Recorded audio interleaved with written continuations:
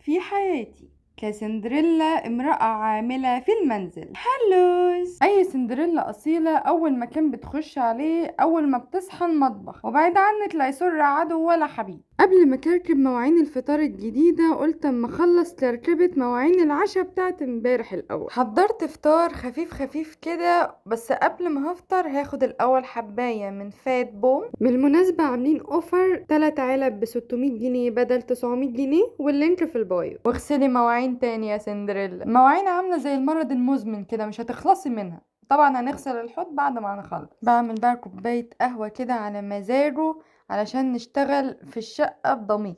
رتبت السرير وضبت الصالة، وعمال ما خلصتهم كان البوتاجاز برد، وقمت منضفاه بقى ومخلياه بيبرد. والحمد لله طلعت شطورة وعملت وجبة سمك، انما ايه تاكلي صوابعك وراها.